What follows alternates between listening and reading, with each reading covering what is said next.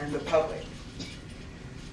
There's no time to convey just how long it took, but being here on this stage in 2013 should give you some idea. The Women's Caucus for Arts mission of creating community through art, education, and social activism parallels my work at CAU, exposing the community to an extant collection and integrating those works across the academic curriculum. One could say that the entire process was a form of quiet activism. Therefore, this award and recognition from WCA makes the journey well worth it. I personally salute and applaud the Women's Caucus for Art for the very special work that you all do. You have put the winds back into my sail, and I thank you for this incredible Valentine's Day gift.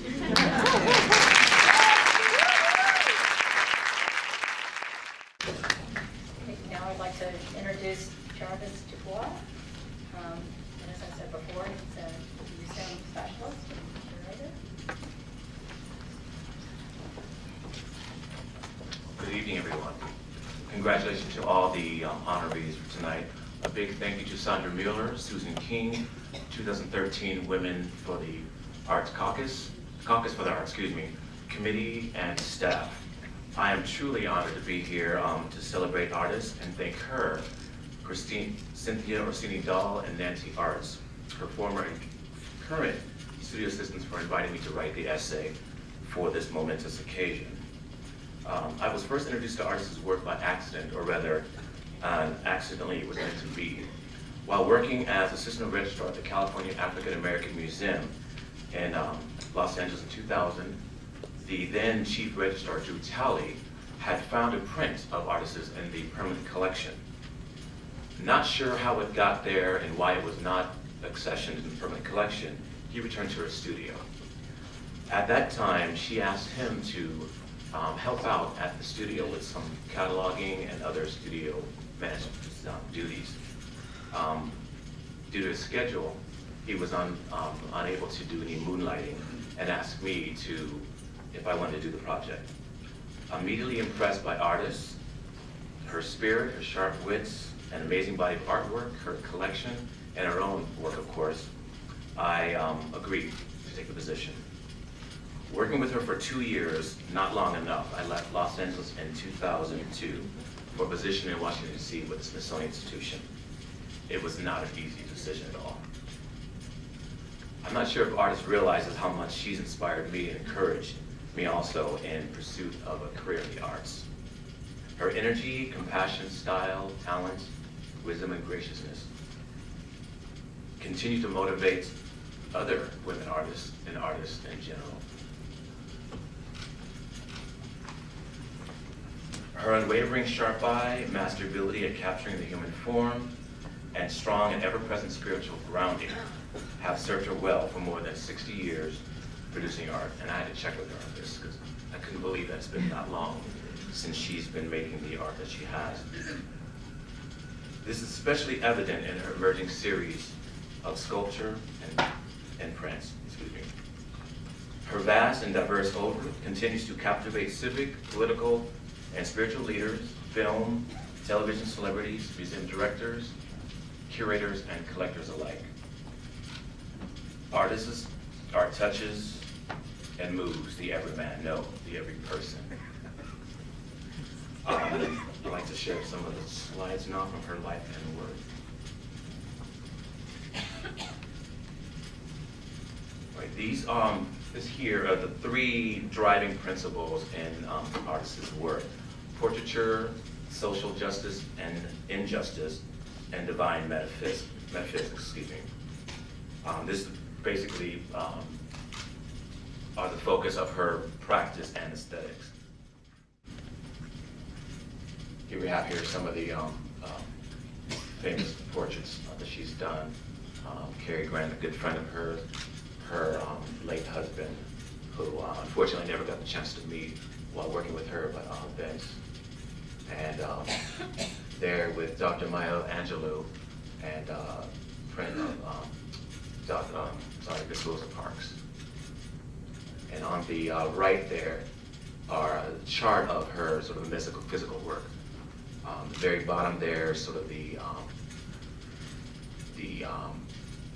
sort of the lesser man, the beginning man, and as that person evolves, basically rises up to the clear form at the very top, which I'll talk about a little bit later also, is the true spiritual essence of mankind.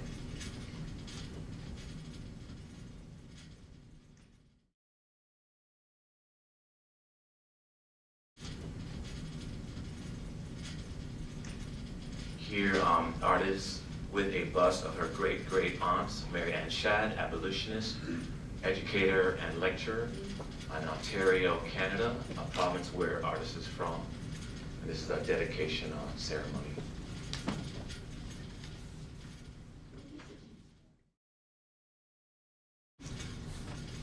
Here,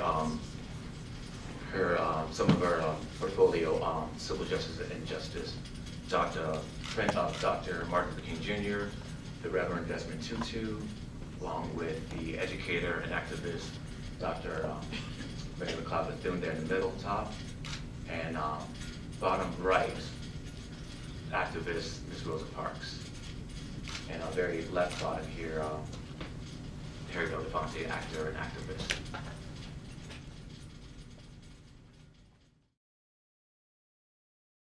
This is a special occasion in 2009 there in DC, the dedication ceremony for the Sojourner Truth bus she did for the United States Capitol Building Visitor Center, which I was lucky enough to attend there. And attended also, of course, there, top, on the right side, First Lady Michelle Obama, the then Secretary of State Hillary Rodham Clinton, and the then Speaker of the House, Nancy Pelosi, as well as other federal government and local government notables. And the bus there to the left, of course.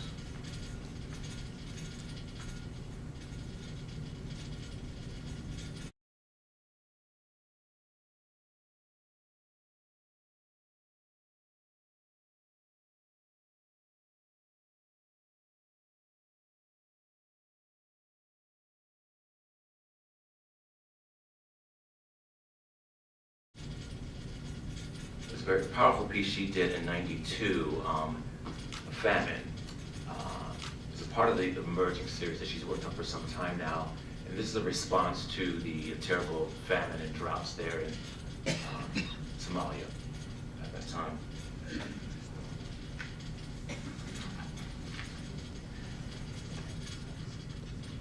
And here is the President of the United States, Barack Obama, at his book signing at the California African American Museum, 2009. And also to the left there, the bust she created for the President and First Lady, Mrs. Obama.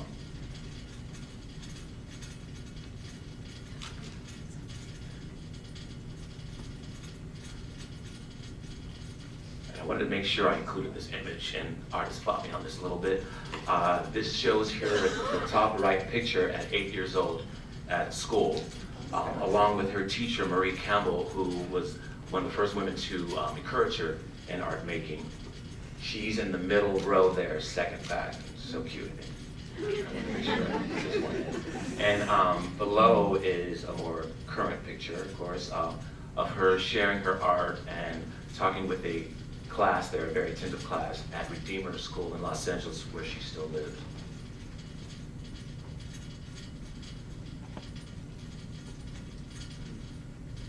And to the far right, the very famous Vitruvian Man by Leonardo da Vinci, who we're all familiar with.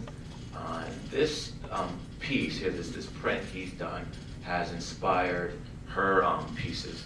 New Woman, to the left there, in the middle, Emerging New Woman, 1989, the first one, 1993, for that second one there.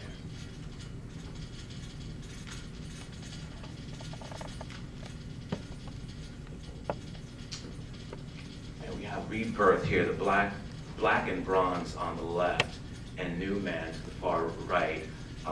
New Man or Spiritual Man, transparent kaolinite, very integral examples of her metaphysical work. And she plans also to do a larger kaolinite figure for a future installation. And there in the middle, she and the exhibit designer at the California African American Museum finishing up installation for her 2007 retrospective. And I'll show you a little catalog from that show. Just do pick this up if you can. Beautiful work.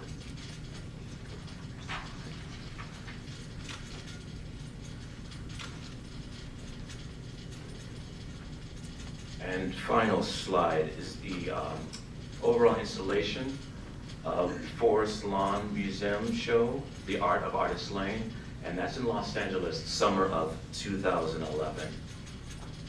And emphasis, of course, on her emerging series.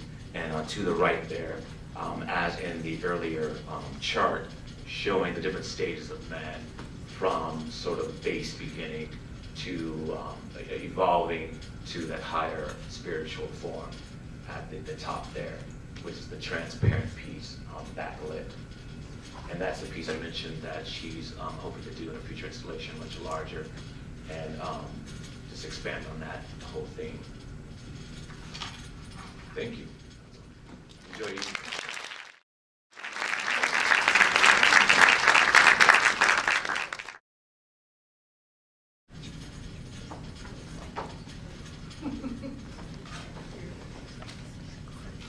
Artis Lane, we honor you for your portraiture, commitment to social justice, and imbuing your art with spiritual qualities that encourage, heal, teach, and uplift. Congratulations. It's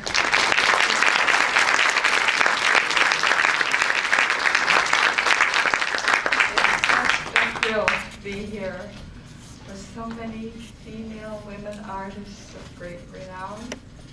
I feel such camaraderie. We work alone often and don't get to enjoy one another. But my mother named me artist and fought so hard for me to either become a teacher to survive or a commercial artist. And we were at war for years because I knew it had to be fine art. And in my journey, I have turned to God as the source of my inspiration, who gives me these concepts. And I hope that the original concept of an artist, when we consider that man created in God's image, is spirit, not the human mortal concept. So that's the lie, and that's what I'm trying to depict about the understanding of the real man, woman. God as father and mother, and as an inspirer of all the artists. Even I remember Alice Neal, her portraits, which are necessary, but are diametrically the opposite of my concept. I don't want to misinterpret her, but the idea of a woman, women or mortal man as a victim of the earthquake, the terrible things that go on, whereas the Bible states that man has leadership or is in command of this, and has the power to overcome these atrocities and calamities. And so that's why that final figure, I was trying to convey the invisible qualities of man as the reality of our being. And so the turban woman, so often the male dominates in the art world as far as investment, recognition. The major museums are just more recently accepting the work of the wives of famous male artists. And I think we're at a time now when we stand on our own merit, and that women are about relationships, men are about facts and figures, and less involved in the soul, the heart of mankind. So I think that our messages have so much, I won't say more to say, but deeper and more meaningful. When my retrospective came about, certain people, maybe agnostic, even atheists, felt that there had been a new turn or opinion.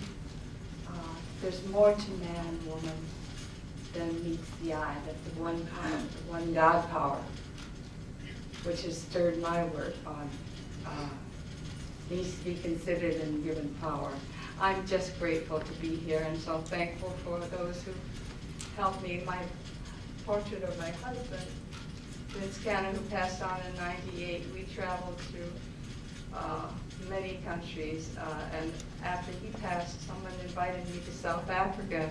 I got to see the work of artists whose works had to be hidden during apartheid, and brought out in the National Museum in Johannesburg. And so the movements around the world were the redeeming of all artists of all colors. I'm just so grateful to still be here and see this happen. Thank you so much. Okay, now I would like to introduce Susan Leval, the former Director of External Affairs at Museo de Barrio. Susan was the top fundraiser and head of government and community affairs at the museum, and she's stepping into a new role as director of the Sugar Hill Children's Museum of Art and Storytelling in Harlem. So she will be introducing Susana Leval.